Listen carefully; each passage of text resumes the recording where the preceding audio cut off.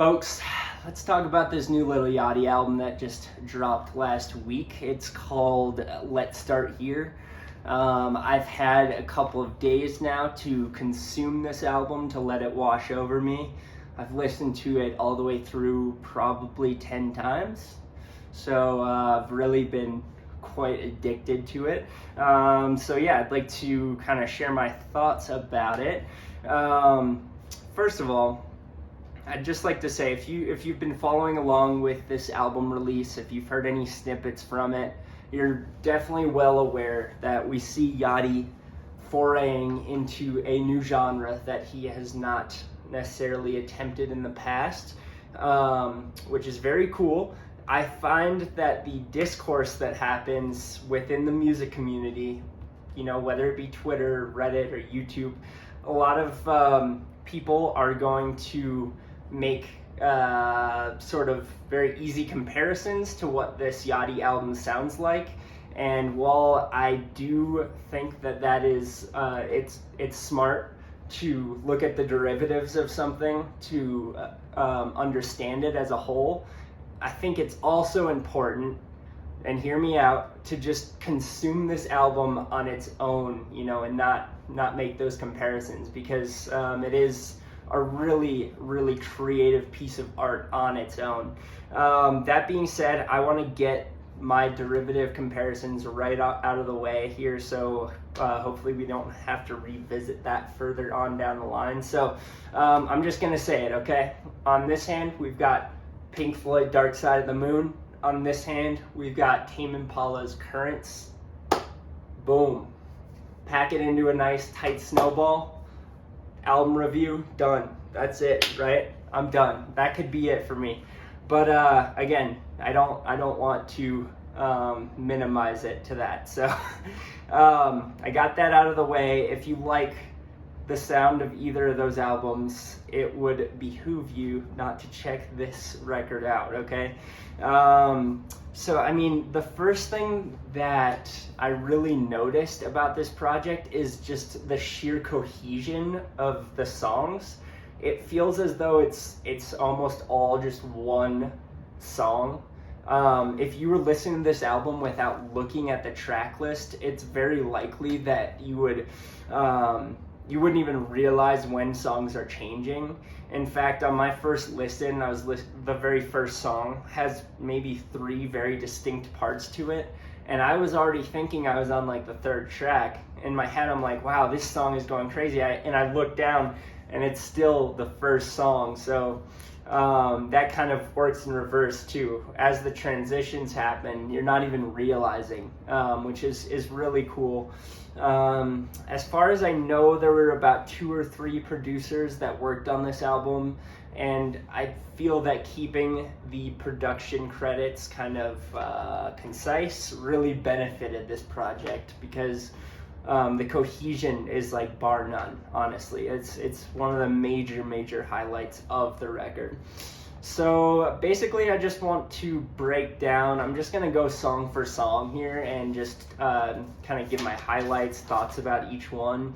Then we'll talk about some shortcomings, and that'll kind of wrap up the review.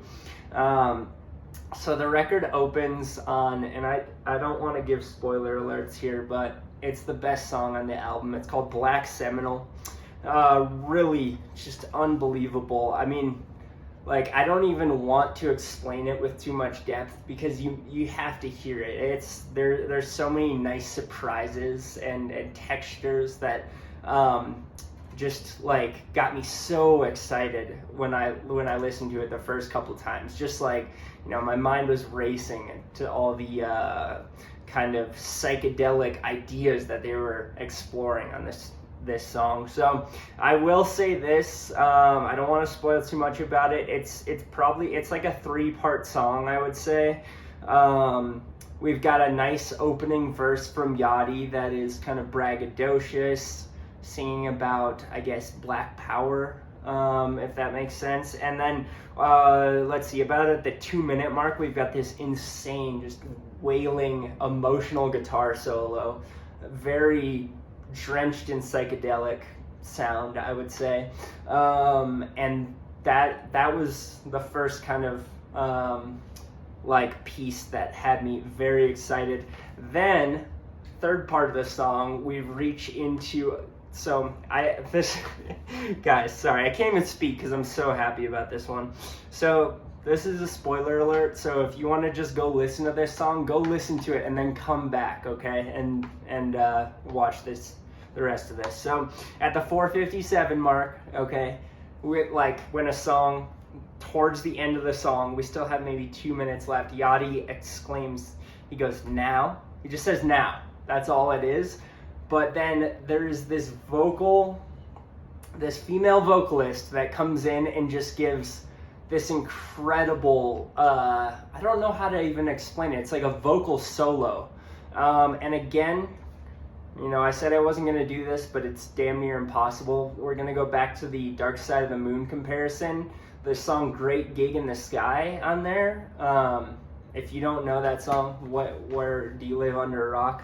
But that song, I mean, that's gotta be direct inspiration for the last part of Black Seminole here, with that sort of just vocal solo, and it gives so much emotion, even though she's not singing words. It's really just something incredible. So, yes, we're gonna move on here to the next song. The next song is called The Ride. This is very sonically lush. I don't have a lot to say about this one, but I would like to say that the inclusion of Tizo Touchdown, who's an up-and-coming artist we've seen featured on Tyler, the Creator's album last year, as well as he's released a couple of singles. His inclusion was really, really just exciting to hear. I think he's a great up-and-coming artist and has a lot of potential, and he's totally on my radar. The guy only has maybe 5 songs of his own. He hasn't released an album yet, but these songs I have listened to over and over because his voice is just very addicting. He's got a unique sound to him. So there was a line here that spoke out to me. So Tizo Touchdown, I like when he goes, a shopping spree might kill the V as in void. Like, I don't know, it's stupid, but it's just, his delivery is very nice with that V as in void. Like, it's really cool. You gotta check it out. Really catchy. Next song, we're moving on to the third song here, Running Out of Time. There's a really nice little bass line here. And let's see, I mean, I don't have a lot to say about this song. At this point in the album, I'm thinking to myself, like, wow, major props to all the live musicians that did work on this to make this project possible. There's there's definitely a lot of live instrumentation happening, and I couldn't find all the production credits, but there must be so much going on behind the scenes to make something like that happen. So moving on to track number 4, it's called Pretty. Okay, this is another standout for me on the album. We're graced with this very distinct vocal alteration that Yachty has become known for. He released the song Poland last year, and it came out as kind of a meme song and not serious. And however, it gained a lot of traction, and we hear Yachty using this vocal in which it's very wavery. It's like back and forth. Not traditionally a good sounding vocal, but very unique, I would say. So on this song Pretty, he's using that same Poland vocal. However, in Poland, it was maybe used more of a meme or a joke. On this song, it's actually displaying kind of emotion. Like, I can't explain it any other way. And also, I don't expect the average listener to like this at all. I mean, it's definitely an acquired taste, and I feel that since I listened to so much music, it wasn't as hard for me to break that barrier, but it's a very, very odd vocal effect, and I think that he actually uses it to his advantage in here, and it's pretty awesome. As far as the song content itself, the song "Pretty," I think it's really cool. I mean, it's basically like Yachty feeling himself and just finding comfort in his self confidence. However, that message is portrayed in the least braggadocious way possible. It feels very wholesome and not toxic, which I would say that's a common trait of a more braggadocious or self-affirming song. So really cool. I like the messaging there. Feels pretty. Okay, that's that. You don't have to look any deeper. Um, so we move on to Failure. That's the next song. This is a sort of storytelling or spoken word segment from Yachty in the middle of the album. It's cool. It's a pretty simple concept, but the messaging comes across as very genuine. But Yachty is basically just talking about different setbacks that he's had in his life, and I guess how he's learned from them or gained perspective to have resolve in those issues. So it's really simple, but I'd say the messaging is really solid, and I don't skip the song when I come around to it, even though it's just kind of like a spoken passage. It's not musical. So we're moving on to The Zone. So guys, okay, all I wrote in my notes here is I said I wouldn't be making easy comparisons, but I'm about to make an easy comparison. The drum pattern on this song is so Kevin Parker-esque. Like, it could be, like, straight from a Tame Impala album, and I'm not mad at that, okay? I think it's really nice. It's a cool song. Definitely puts you in the zone. I don't have much else to say beyond that. But yeah, cool drum pattern on there. Next song is called We Saw the Sun. This track is definitely a highlight for me. It's just absolutely dripping, okay, with psychedelic influence, and I guess mixed with like trap aesthetics. So I'm making up all these terms as I go here, but that has to make some sense to you, right?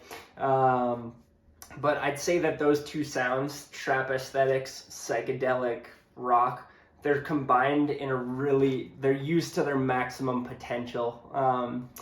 But anyhow, so I wrote here, I can't help but feel like I'm experiencing some sort of life-altering trip, or at least Yachty is, and he's taking us along for the ride. So, I mean, it's no surprise that this album is very drug-induced. But honestly, y'all, I don't think you need drugs to feel like you're on this trip with Yachty. Like, it's I don't think you even have had. Excuse me. I don't think that you have to have done them in the past either. I think that this album is the drug itself, which is pretty cool as well. So the last thing about this song, We Saw the Sun, the final 40 seconds of this track is a Bob Ross sample in which he's talking about how he can prepare for a painting for so long, but he needs to just like start making strokes in order to actually start. And it's just really nice. It melds into the project very well. And I'm honestly curious if Bob Ross has been featured in other tracks, in like music history. It seems like it would be a good feature, but that's the first I've heard it. So pretty excited to hear that. And that perfectly transitions into the next song. It's called Drive Me Crazy. And I forgot to mention this earlier, guys, but the features are very, very nicely woven into this project. Nothing stands out as being like, oh, that was recorded in another state, or like that, like everything feels like it's like it was right there being recorded, even if it wasn't. It was really nicely worked in. And on this song, Drive Me Crazy, we've got Diana Gordon, who is seen throughout this album. I should mention she's the one that did the vocal soloing on the first track, Black Seminole. But anyways, Diana Gordon, opens up this song. It's very sexy and upbeat. Really nice intro, and then halfway through the tempo switches pretty drastically, and we have some very relaxed spoken word type of vocals from Yachty. Not much more to say about Drive Me Crazy. We're moving on to the song I've Officially Lost Vision. Okay, this one is the next major highlight for me on this project.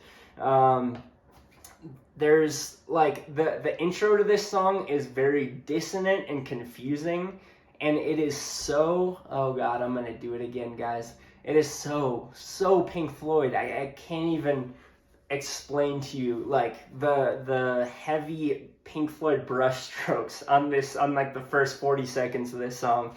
And then we've got Yachty coming in with a few disjointed verses about being, as this song title suggests, I've officially lost vision.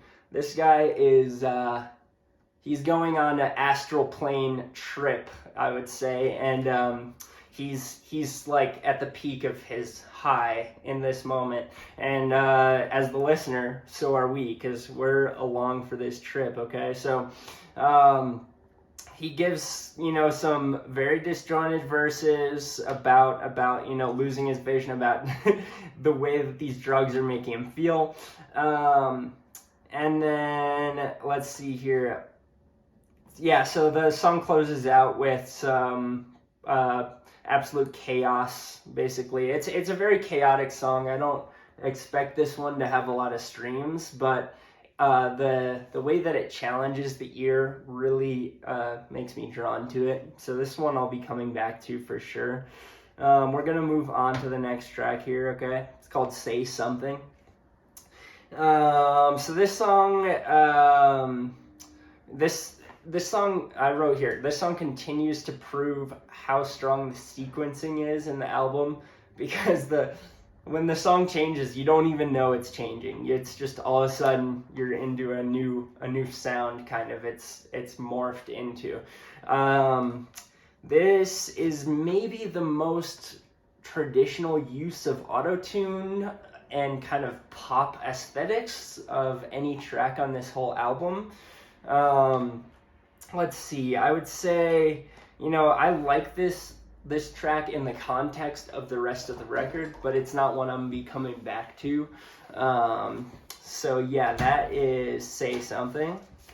So we're moving on to the next track. Is called Paint the Sky. So my understanding of this track is basically this overwhelming sense of lust and love. It feels like kind of like a new relationship, but it's definitely portrayed in a very toxic way. It's not genuine, like I had mentioned in songs in the past. So he's exclaiming he's overdosing her love. There's definitely some toxic notes, and that perfectly melds into the next song, which is Should I Be. This song is basically the aftermath of this like toxic new love that we heard in the last song, and that kind of thing is only going to end one way. Yachty is kind of exploring feelings of betrayal or lust that turns to loss. And I would say, to circle back to the song Failure earlier on the album, Yachty is still taking this sort of like negative and turning it into a positive with a learning experience. The chorus is, "Am I mad at what you did? I don't think so." So I don't know. I think that's kind of cool. He's it's like that acceptance that is explored throughout the whole album. So we're reaching to the last two tracks here. The second to last, we've got The Alchemist. So this song has very chaotic and layered synths, and Yachty is yelling out some verses. Some of the lines a line that stood out to me: "Learn to love, I'm not the Tin Man." I thought that was kind of cool. Like, the Tin Man, he didn't have a heart, so he couldn't love, but Yachty learned how. So I don't know. It's really simple, but that definitely stands out to me on the track. But oh, and then we've got a Fushi feature, who I'm not super familiar with her work otherwise, but it's a really nice inclusion because it just gives us like some resolve in an otherwise very chaotic track. Really, she has a very pretty voice. So that brings us to the final song of the album, which is called "The Reach the Sunshine." This song opens up with a Daniel Caesar feature, whose his singing is more subdued, I would say, than what we typically hear from him, but it's really gorgeous and a stunning delivery. And the best part about this, I would say, is he's got a very traditional, like, good singing voice, whereas we've heard Yachty singing a lot on this album, and it's not necessarily his strong suit.